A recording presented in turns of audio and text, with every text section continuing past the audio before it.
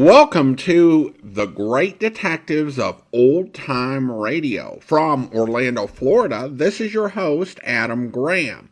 In a moment, we're going to bring you this week's episode of Mr. and Mrs. North. I do want to encourage you, if you are enjoying the podcast, to please follow us using your favorite podcast software. And today I want to let you know about Molly B's. Molly B's Gourmet Cookies brings creative, unique cookies straight to your pantry. No cookie shop required, with bold, unforgettable flavors.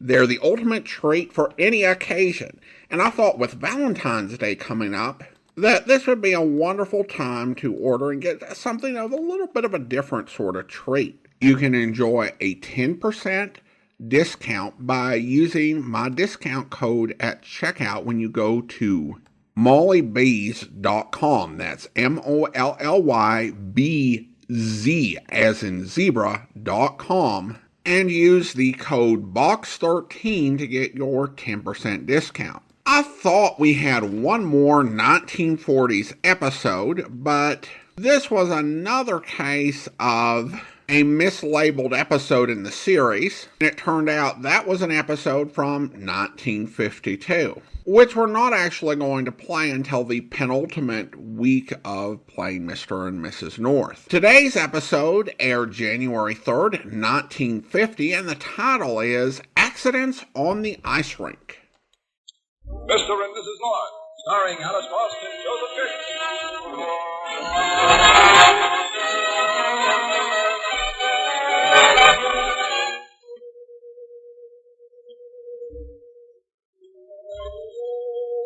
To most New Yorkers, ice is a frozen liquid, usually found in the form of cubes.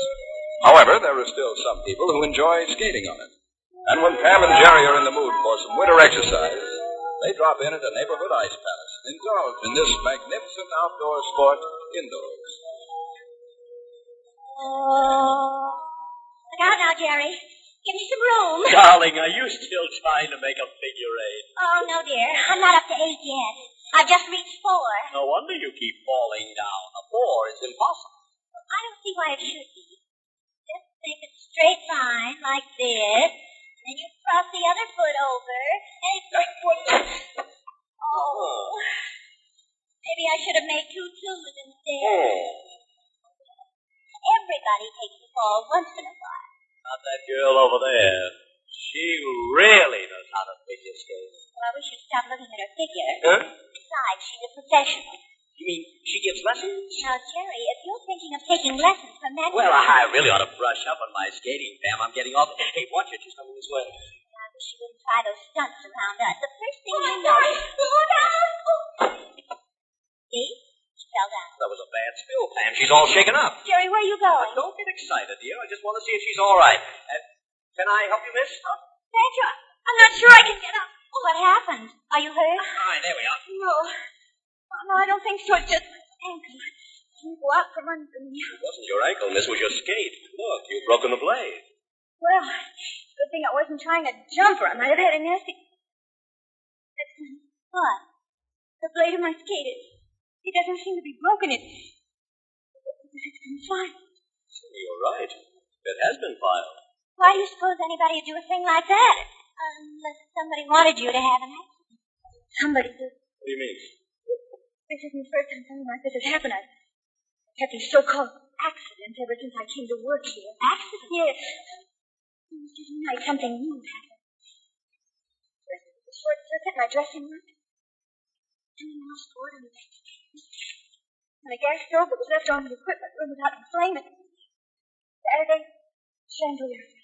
Well, you ought to complain to the management. What good would that do? The manager's the one who's responsible for all this. Well, if I were you, I'd go to the police and have the manager arrested. Oh, no. I couldn't do that. Why not? Because the manager is my father.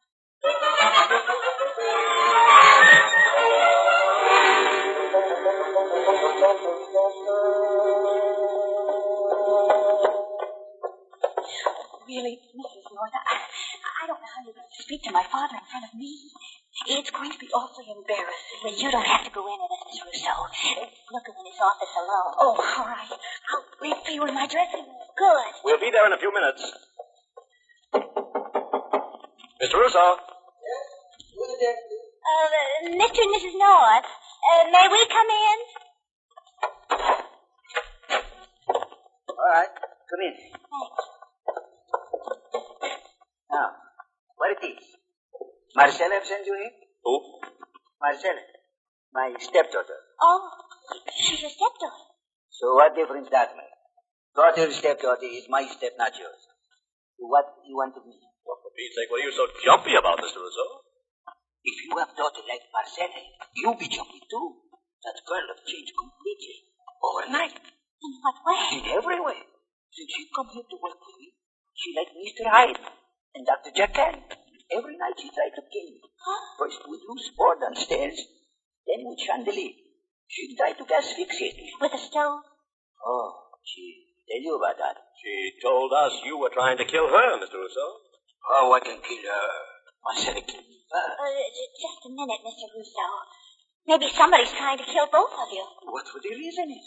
We have never done somebody wrong. Just the same, it's a distinct... What's the matter, Jerry? The door. I'm going to see what it is.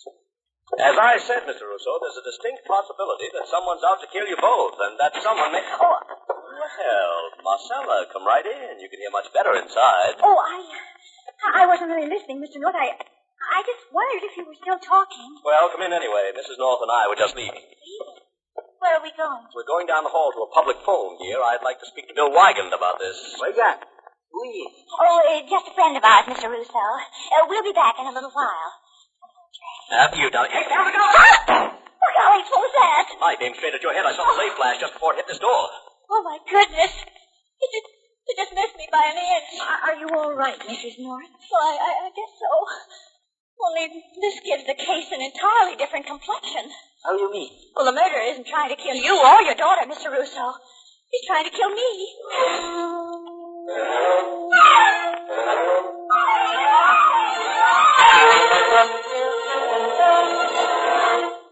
Yes, Bill, I'm calling from a public phone booth at the rink. You better not waste any time getting down here. Pam was almost killed. Wait a second, Bill. Pam's rapping on the window. What is it, dear? Wait, Jerry. Tell Bill to come right over and hang up. What? Somebody just sneaked into Marcella's dressing room. We've got to see who it is. Bill, I'll see you when you get here. I've got to run now. So long. Hurry, darling. He might be the man who threw that knife at me. And I certainly don't want to hurry. Which way is Marcella's dressing room? Down here. There's no light. Oh, it's open. Take it easy with that. There's a man in there, all right. Seems to be searching for something. Well, don't let him find it. Maybe setting up another one of those accidents. Don't worry, you won't get the chance. Looking for something, mister? Who are you? We are Mr. and Mrs. North. Who are you? I'm just a friend of Miss Russo's. Oh, is that why you were searching through a thing? If you don't mind, I'd rather not answer any questions at this time. I found what I'm looking for, and I'm leaving. Now stand aside. I will when I Stand find it. aside, I said. Maybe you better, Jerry. He's got a gun. And I knew how to use one before either of you were born. Now sit down here and stay in this room until I'm well out of sight. Go on, sit down. Okay. And stay down. Because if you try to follow me, I'll drop you like a sack of meal. Quite a talker, that bird. Oh, I'm glad you didn't try anything foolish, dear. He meant every word he said. What if he did? We can't just sit here and let him get away with murder. I'm going after him. Jerry, stay where you are. Go to pieces, darling. I'm just going to open the door. You get your head shot off. Not if you keep your voice down. Just want to see if he's gone. Is he? No. He's right out here in the hall. In the hall? Yes. He's lying on the floor with a knife in his chest.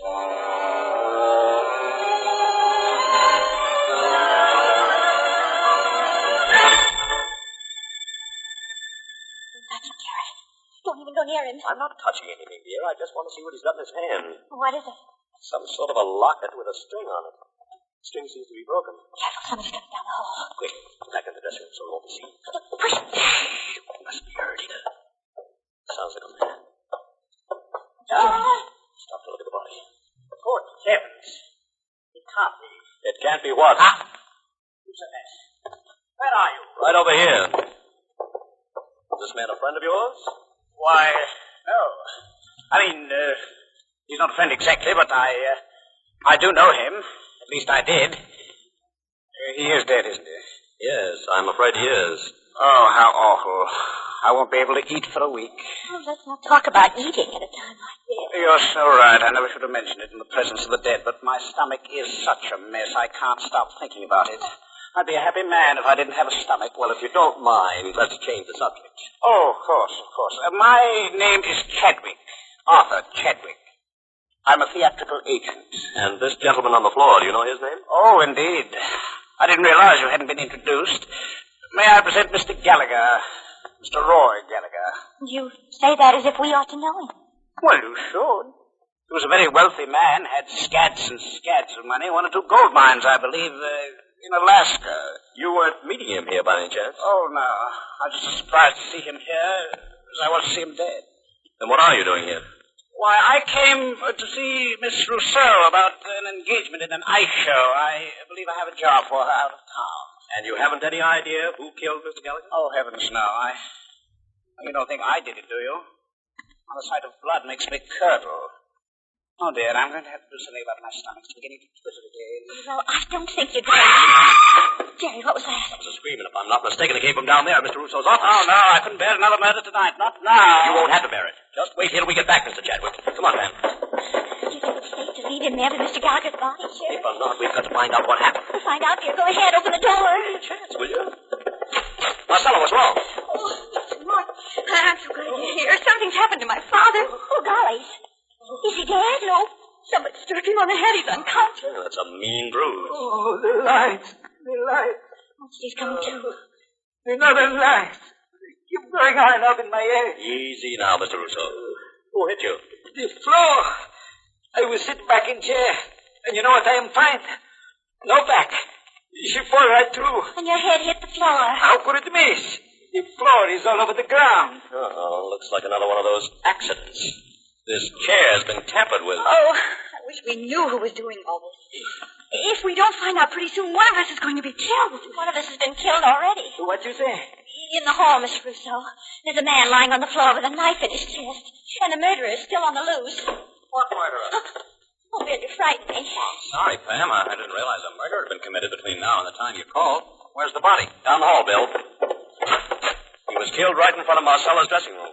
Oh, what's his name? Gallagher. Roy Gallagher. A millionaire gold miner? That's right. You know him? No, but it seems to me I've read something about his daughter. Here, Bill. The body's right over here. Only what? The man who told us who he was is gone. That isn't all that's gone, Jerry. What do you mean? The locket that was in Mr. Gallagher's hand. That's gone, too.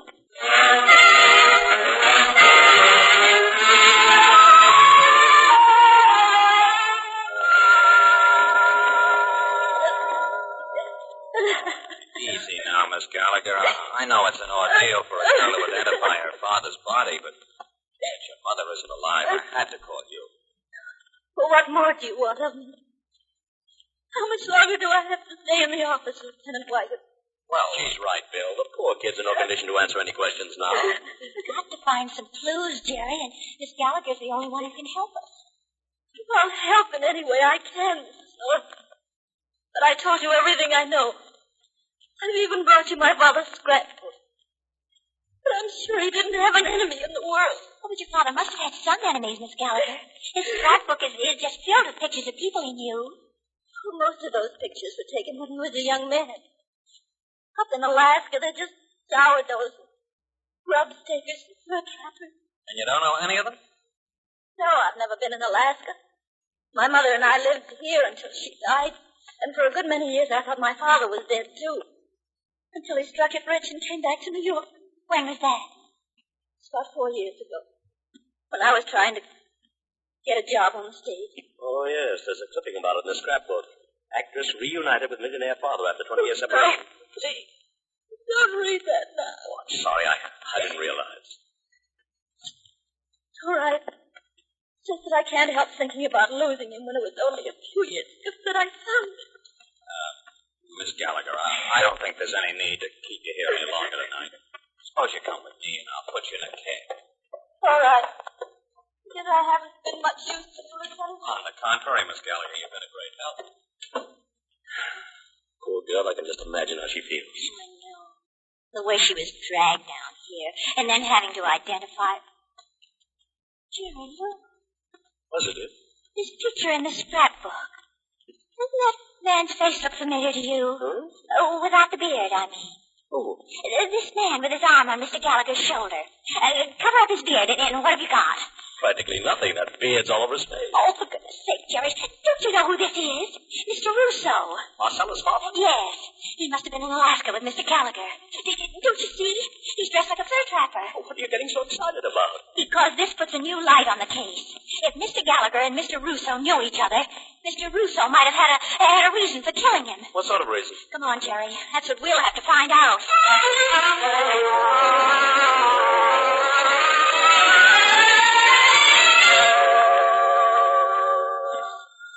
Are you sure this is Mr. Russo's apartment, then? Well, the elevator man said 5B, and the name's right here on the... Oh, hello, Marcella.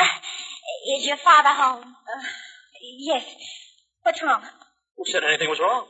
We'd just like to speak to him, that's all. Well, you can't come in now. My father's asleep. Who is this, Marcella? Oh, he's asleep, is he? Well, I thought he was. He wasn't feeling well when we came home, so I put him right to bed. With his clothes on. What? I can see him standing right there in the living room, and he's fully dressed. Why are you lying to us, Marcella? What's happened? Nothing. I just wish you hadn't come here. Why not? Marcella, you not tell me who is. Oh, good evening, Mr. Russo. Well, Mr. North. It's pretty late time to call on somebody, no? Well, we had a late idea, Mr. Russo. May we come in? No good to come in now. Marcel, me have to go out. At this time of night? Where are you going? Marcel have new job in Ice Shore out west, and we make plan to go there. Well, before you go, you'd better tell us where you knew Mr. Gallagher. What you talk about? I never hear of him. And what's your picture doing in his scrapbook? What picture? The one of you in a beard. It was taken in Alaska. Now I know you crazy. I never have beard, and I never be in Alaska. Now, look, Mr. Russo, if you'd rather we call the police and have them ask you these questions... No. Please, do not call the police. Just go away from here and leave us alone. We'll be killed if you don't. Killed? Not too loud. Please. He may be watching us. He may hear us. Oh, Mr. Chadwick. Theatrical agent? Yes. Just left here a few minutes ago, and he threatened to kill us if we talked to anyone about the murder. He gave us 2 hours to get out of town. Maybe get Marcel a job in California. To make sure we leave tonight. Well, you better not leave. Chadwick's probably trying to frame you. No, please. Go away. Let us get ready. We're supposed to meet him in his office in 20 minutes. 20 minutes, huh? Quick, get on the telephone and call Lieutenant Wygant. Tell him to come right up here. Wait a minute. Where you be going? We're going to keep your appointment with Mr. Chadwick.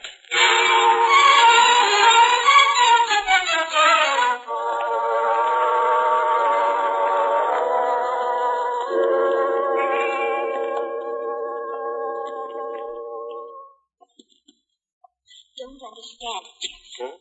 The door was open and all the lights are on. Nobody's in the office. Well, maybe Mr. Chadwick stepped out for a minute. Either that or he's setting a trap for us. How could he know we're here? He's expecting a Russo. Well, I don't like it. No matter which way it is. Don't be silly, dear. This is a good chance for us to have a look around. Jerry, what are you doing? Looking around.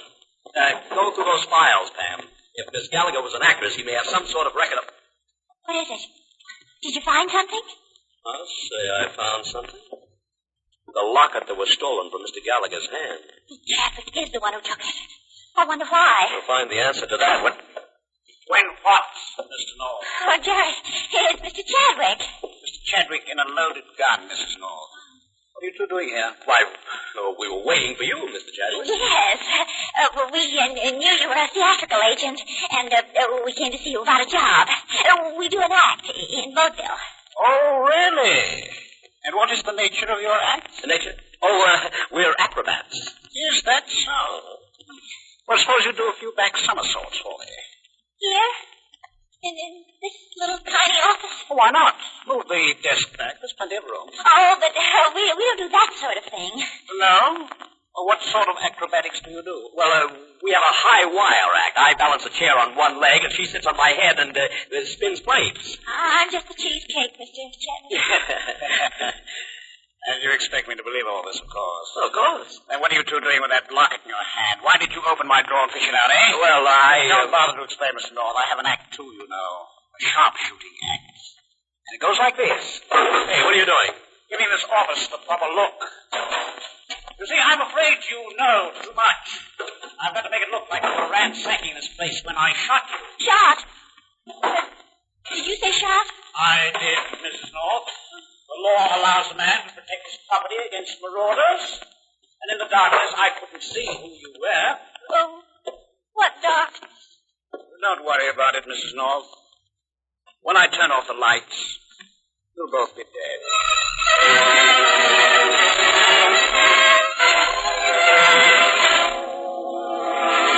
Mr. Chadwick, you wouldn't dare go through with it. Wouldn't I? I have a great deal at stake, Mrs. North. But you don't seem to understand. Be quiet. There's no need to prolong this agony. The sooner we... Arthur! What are you doing? Oh, you fool, you. Why did you come here? Miss Gallagher. So you're the connection we've been looking for. I told you to be quiet. Now keep your mouth shut. For heaven's sakes, Arthur, put that gun down. Don't you know these people are working with the police? I know very well what they're doing. They found the locket that I stole from your father's hand. Your locket, Fay. What? You were in such a hurry to get away, you forgot the one piece of evidence that would send you to the chair.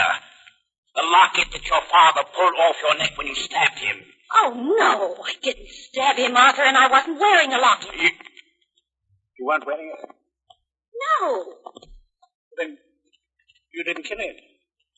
And I thought... Oh, never mind what you thought. You've got to let these people go. That's quite right, Miss Gallagher. Bill. Drop that gun, Mr. Chadwick, and drop it fast. Yes, sir. All right, Mr. Russo, you can come in with your daughter now. There won't be any fireworks. Well, which I am much obliged. But there is one thing I hate about fire. It is the works. Father, please let someone else do the talking. No, Marcella, your father's the one who has to talk. He holds the key to all this. What key? I am just simple fur trapper with big heart and little brain. I don't want anything from anybody. Then why did you deny that you knew Mr. Gallagher? Well, why did you deny being the bearded man in that picture we found in his scrapbook? Because I am simple fur trapper. And Mr. Chadwick told me to keep my trap shut. Go on. Well, I know Gallagher for a long time. We were good friends. But when I come back from Alaska, I think him die. That is why I am adopting his daughter. Mr. Gallagher's daughter? Marcella is Mr. Gallagher's daughter? That is right. Then who are you, Miss Gallagher? She's a very bad actress named Fay Revere. Arthur, no. Well, you are, my dear. I never would have cast you for the part if you weren't the right age and general description. General description of what? The daughter Mr. Gallagher was looking for. He advertised for her in the papers, and I sent Fay to answer the advertisement. Must you tell them everything? Well, what difference does it make, dear? The cat's out of the bag. We can't collect the inheritance now. Oh, I see. You and Miss Revere had a deal to split Mr. Gallagher's fortune. And when you found out that Marcella and her father were in town, you tried to kill them both with those phony accidents. That was Arthur's idea. He thought Mr. Gallagher was on Marcella's trail. And he was. He went to a dressing room tonight. So you killed him? Oh, don't be absurd. I haven't the stomach to stab him, man. Besides, it's obvious now who did stab him. Oh. The man or woman who had the most to gain by Mr. Gallagher's death. Marcella or Mr. Russo. You lying snake. I never kill my friend. I don't even know he is alive. And you, Marcella, is this your locket? Yes, but I wasn't wearing it. Mr. Gallagher must have taken it from my dressing room. Then why was the string broken? If Mr. Gallagher didn't rip it from your throat, the string would have been whole. Oh, but the string was whole, Fay. It was? When Mr. Gallagher took it from Marcella's dressing room, it was whole. You're the one who broke the string. Are you crazy? No. You must have broken it, or you couldn't have known that it was broken. You see, the locket has no string on it now, and the only time you could have seen it was when you killed him and broke the string to put the blame on Marcella. You can't prove that. Oh, I don't have to. Marcella's neck proves it. Why, of course, if that string had been ripped from her neck, it would have left a mark, and there isn't any mark. Exactly. You killed Mr. Gallagher because you were afraid he'd discover his real daughter and ruin your chance to inherit his millions. With Mr. Gallagher out of the way, you had nothing to fear. Nothing but the law, Pam. Come on, Fay, it's getting late. I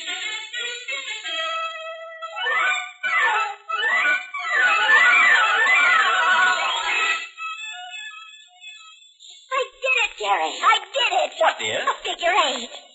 Now that Marcella's been giving me lessons, I can practically count up to 100. Good for you, darling. Now watch this, dear. I'm going to try a pirouette. Careful, Pam. That's not so easy. Oh, I can do it. I'm doing it. Say, you've come a long way since that first night we were here. Well, I've been practicing, darling. But I won't be happy until I've mastered a jump turn. How's that go? Like this. Woo! Pam, you did it! Isn't it wonderful, Jerry? Now I'm going to put on my skates and try it on the ice. Mr. and Mrs. North has come to you through the United States Armed Forces Radio Service, the voice of information and education.